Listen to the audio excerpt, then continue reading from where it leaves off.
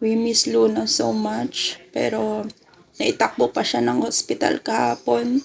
Pag-uwi dito, nagpahinga lang siguro siya saglit. Tapos, wala na siya.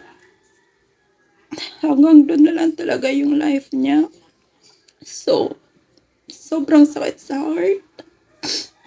Pero kailangan tanggapin eh. Move on and move forward. Lahat talaga ng bagay merong hangganan eh. So, nakakailang lang kasi.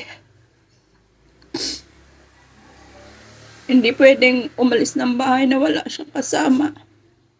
Kapag merong kailangan umabsent sa work, kapag merong kailangan umabsent sa school, talagang uma-absent. At this time, we are all free na. Wala nang kailangan bantayan. Wala na rin sasalubong pagkagaling mo ng work, pagkagaling ng school. So, sobrang sakit. Sobrang sakit mawalan ng pet. Pero wala eh. Hanggang doon na lang talaga. Kailangan natin tanggapin yun. Kailangan natin mag-move forward. At least ngayon, nasa maayos na siyang sitwasyon.